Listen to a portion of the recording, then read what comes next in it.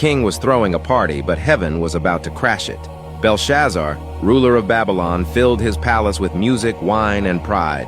1,000 nobles joined him under glittering chandeliers. Laughter echoed off the marble walls, cups clinked, voices roared, arrogance danced in the air like incense. But this wasn't just celebration. It was rebellion in royal robes. In a bold act of defiance, Belshazzar gave a chilling command: "Bring out the gold and silver cups."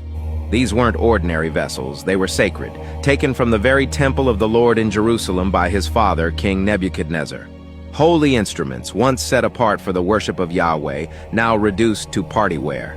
And with complete disregard for God, Belshazzar filled them with wine. He lifted them high, not in praise to the God of heaven, but in mockery. He toasted idols made of gold, silver, bronze, iron, wood, and stone, gods that could not see, speak, or save. The guests laughed, the wine flowed, they celebrated sin in the name of pleasure, but heaven does not overlook what is holy. In an instant the mood shifted, no warning, no thunder, just a single hand. A disembodied hand appeared, glowing and ghostly, hovering near the palace wall. It began to write, silent strokes across the plaster near the lampstand. No voice, no angel, no explanation, just the hand of God interrupting human pride. And suddenly, the music stopped. Laughter turned to gasps. Goblets fell. Eyes widened. Belshazzar turned pale. His legs shook. His knees knocked. His strength left him. This was no drunken illusion. This was divine reality. The writing burned on the wall, but no one could understand it. In desperation, Belshazzar summoned the wisest men of Babylon, magicians, enchanters, astrologers. They read, but they could not interpret. They saw, but they could not understand. Earth's wisdom failed. That's when someone remembered Daniel. He was old now, forgotten by many, pushed out of political power, but still known in heaven. Daniel was brought in, calm and clear-eyed. He didn't tremble. He didn't flatter. He didn't ask for reward. He looked at the king and reminded him of truth. He spoke of Nebuchadnezzar, how God had humbled him, how he learned to honor the Most High. And then Daniel turned to Belshazzar and said, "You knew all this, but you did not humble yourself. Instead, you set yourself up against the Lord of heaven."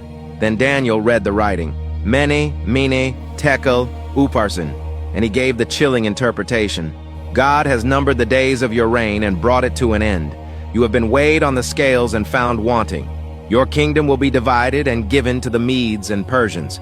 That same night, before the sun could rise, judgment fell. The Medo-Persian army invaded. The palace was overtaken. Belshazzar was killed. The mighty Babylonian Empire fell. Just like that, the hand wrote judgment, and judgment came. This story isn't just about ancient kings, it's about us, about now. We live in a world that mocks the sacred, that turns worship into entertainment, that honors idols of power, fame, and money over the God who gives breath. But heaven still watches. God still weighs hearts, and every life is still measured. No, we may not see glowing fingers writing on our walls, but the truth still speaks. God will not be mocked. So what do? We humble ourselves. We revere what is holy. We stop treating God casually. We live with eternal weight in mind, because one day we too will be measured. Lord, let me never forget that you are holy. Let me not take lightly what you have called sacred. Weigh my heart, and if anything is missing, fill it with your righteousness. Let me live a life that honors you, not just in words, but in worship, obedience, and truth. Amen. Now it's your turn. If God weighed your heart today, what would he find? Feel free to share this video with someone who might be chasing everything, but forgetting what matters most. God bless you. Amen.